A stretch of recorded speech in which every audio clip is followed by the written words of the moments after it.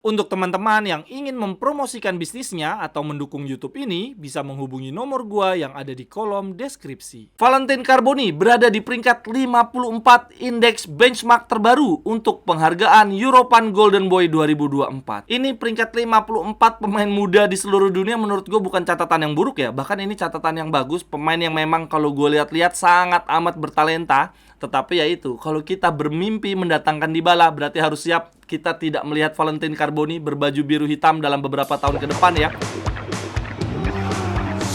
Jerewetan ceking kita, nyerewetin apa aja.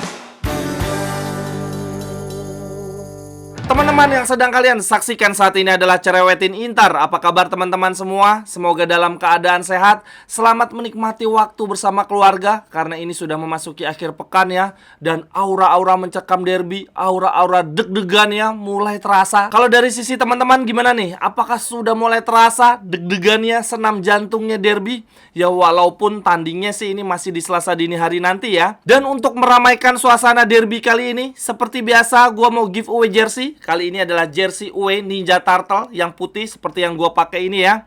Caranya gampang banget, cukup dengan menebak skor partai Milan melawan Inter. Tentu saja harus memenangkan Inter ya tebakannya. Informasi lebih lanjut silahkan langsung cek Instagram gue @cekinggita. Akan tetapi teman-teman, yang merasakan aura derby semakin dekat, perasaan mencekam itu semakin nyata, ternyata bukan cuma kita. Ini Marotta juga merasakan ya. Kemarin kepada wartawan dia bilang begini, kami mulai merasakan atmosfer derby yang sesungguhnya. Ini bukan hanya sekedar pertandingan derby, tetapi bisa saja terjadi sesuatu yang luar biasa. Kami sedang mempersiapkan peristiwa yang bisa saja menjadi peristiwa bersejarah. Waduh, ini Marotta jangan ngasih kita ekspektasi yang berlebihan dong. Takutnya nanti nggak sesuai ekspektasi terus kita drop banget, terus diejek-ejek sama anak-anak Milan ya. Namun teman-teman, untuk pembahasan lebih dalam, preview tipis-tipis terkait derby nanti aja ya, menjelang pertandingan mungkin di konten hari Senin.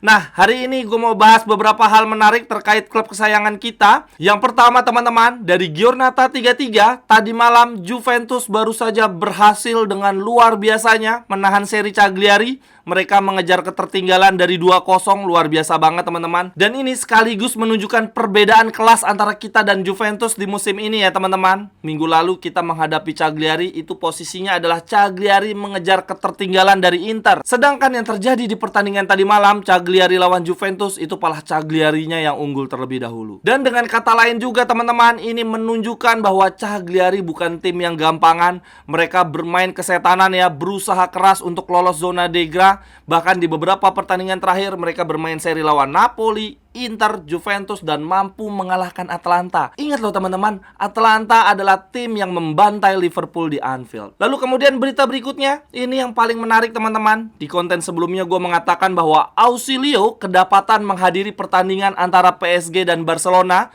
dan juga Manchester City serta Madrid untuk bertemu dengan rekan-rekan seprofesi ya, untuk melihat potensi transfer di akhir musim nanti.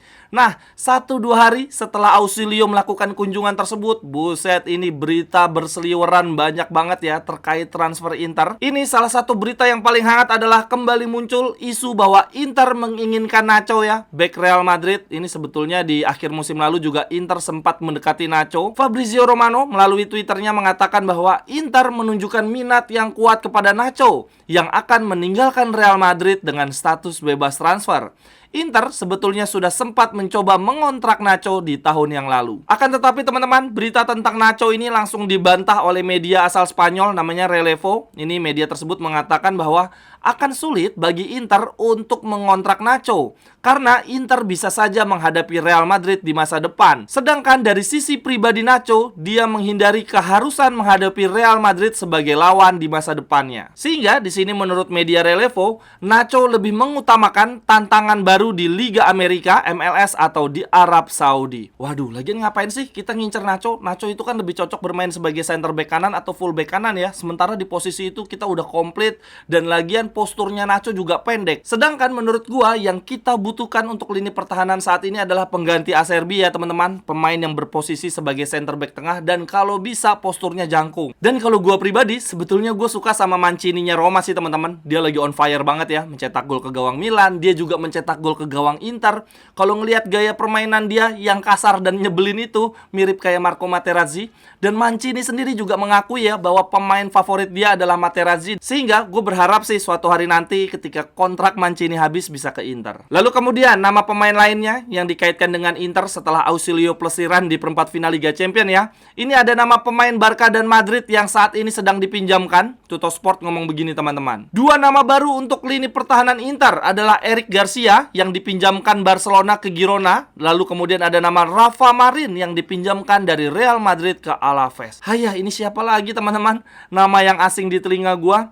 Oh ya, ini dari hasil jalan-jalan Ausilio, ternyata bukan sekedar untuk membeli pemain. Sepertinya Ausilio ini keliling-keliling untuk menjual pemain juga ya. Karena saat ini muncul berita yang sangat menakutkan ya teman-teman. Paris Saint-Germain menginginkan Thuram dan Real Madrid tertarik membeli Bastoni. Aduh, kalau Thuram gue masih ikhlas deh. Tetapi Bastoni please jangan sampai dijual. Ini Tuttosport melaporkan bahwa Paris Saint-Germain dan Real Madrid tertarik pada Marcus Thuram dan Alessandro Bastoni. Tetapi Inter menginginkan setidaknya 80 juta euro untuk masing-masing pemain.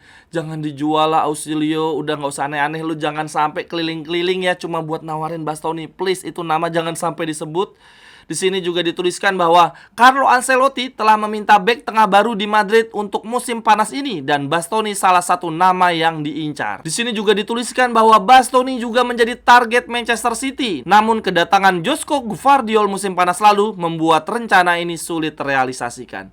Waduh, kalau udah sampai City, PSG, Madrid mengincar pemain Inter, rasa-rasanya Zhang sulit menolak ya teman-teman. Lalu selain dari Tuttosport, Gazeta juga mengatakan hal yang sama nih, bahwa Bastoni adalah salah satu dari 5 bintang Serie A yang bisa saja hengkang di musim panas depan. Namun pemain timnas Italia ini mengatakan dalam sebuah wawancara baru-baru ini bahwa dia tidak akan mempertimbangkan meninggalkan Inter dalam waktu dekat. Kemudian pada saat yang sama, Gazeta menuliskan bahwa Paris Saint-Germain terus memantau perkembangan Thuram yang juga terikat kontrak dengan Inter. Raksasa Liga Prancis ini sudah pernah melakukan pembicaraan dengan pemain berusia 26 tahun ini setahun yang lalu, sebelum akhirnya dia berlabuh ke Inter. Thuram sendiri diproyeksikan Paris Saint-Germain sebagai bintang pengganti Mbappe.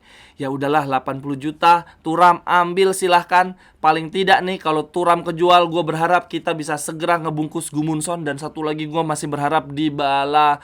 Please ayo Dybala main untuk Inter lah. Dybala di musim ini luar biasa loh teman-teman. Walaupun dia sering banget cedera dan total bersama Roma baru tampil 21 kali, tetapi ternyata catatan gol asisnya luar biasa. Sejauh ini Dybala mencatatkan kombinasi 20 gol plus assist dan ini tertinggi ketiga di Serie A. Cuma selisih 5 saja dari Lautaro teman-teman. Tetapi yang membedakan Lautaro banyak banget tampil untuk Inter, sedangkan Dybala banyak absen karena cedera.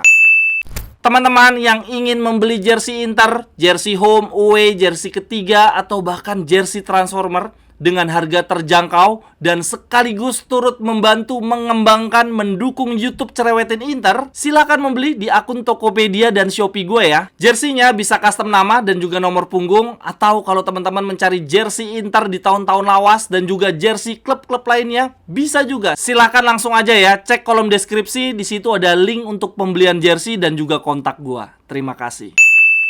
Selain itu, yang tidak gue sangka-sangka dari Dybala di musim ini adalah ternyata sampai dengan Giornata 33, dia merupakan top assist Serie A ya, pemain yang paling banyak menciptakan assist sejauh ini. Nah, kembali lagi ke isu penjualan Thuram ya. Kalau sampai Thuram berhasil kita jual 80 juta, lalu kemudian slot gajinya Thuram kan berarti hilang ya. Thuram salah satu pemain bergaji tertinggi di Inter saat ini. Nah, ini berarti menurut gue sangat memungkinkan sih sebetulnya kita ngambil Gudmundsson dan juga Dybala. Ini kan berarti striker kita musim depan luar biasa ya. Ada Lautaro, Gudmundsson, Taremi dan juga Dybala. Syukur-syukur kita masih mencari striker nomor 5, pertahanin Alexis Sanchez juga nggak apa-apa lah. Akan tetapi teman-teman, ini kalau kita berandai-andai Dybala beneran datang, yang kasihan adalah Valentin Carboni, pemain muda Argentina yang gaya bermainnya mirip banget kayak Dybala. Ini artinya posisi dia di Inter hampir pasti tidak ada ya. Dia bakal banyak banget kita pinjemin bertahun-tahun kayak Di Marco. Valentin Carboni sendiri teman-teman baru saja mendapatkan catatan menarik ya dari Football Benchmark. Di sini dikatakan bahwa Valentin Carboni berada di peringkat 54 indeks benchmark terbaru untuk penghargaan European Golden Boy 2024. Ini peringkat 54 pemain muda di seluruh dunia, menurut gue bukan catatan yang buruk ya. Bahkan ini catatan yang bagus, pemain yang memang kalau gue lihat-lihat sangat amat bertalenta. Tetapi ya itu, kalau kita bermimpi mendatangkan Dybala, berarti harus siap kita tidak melihat Valentin Carboni berbaju biru hitam dalam beberapa tahun ke depan ya. Kemungkinan besar dia akan banyak dilepas, banyak dipinjemin ke klub-klub lain. Ya nggak apa-apa juga sih ya teman-teman, dia dilepas sementara biar dapat menit bermain, dia bisa berkembang. Yang penting kan Inter jangan sampai ngelepas dia 100% lah, karena gue melihat Valentin Carboni ini sangat amat potensial. Oh ya teman-teman, ini agak sedikit melenceng dari pembahasan seputar Inter. Gue mau cerewetin kompetisi Eropa karena Serie A sejauh ini memiliki 3 wakil di semifinal kompetisi Eropa ya, yaitu ada Roma, Atalanta, Fiorentina. Nah, menariknya dari 3 tim yang tersisa di semifinal ini, semuanya pernah kita bantai dengan skor 4 gol teman-teman. Melawan Roma kita menang 4-2, lalu lawan Fiorentina dan Atalanta keduanya kita bantai 4-0. Nah, 3 tim yang kita bantai ini teman-teman sekarang menggendong Serie A ya di kompetisi Eropa, sekaligus memastikan Serie A berada di puncak, berada di urutan teratas koefisien UEFA untuk musim ini ya teman-teman. Sehingga Serie A dapat mengirimkan 8 tim untuk berlaga di kompetisi Eropa musim depan. 5 Liga Champions, 2 Europa League, dan 1 Conference League. Luar biasa, terima kasih untuk Roma, Atalanta, dan Fiorentina. Tetapi memang sih yang paling gila dari 3 tim itu ya Roma. Daniel De Rossi, gue nggak nyangka bisa segokil ini.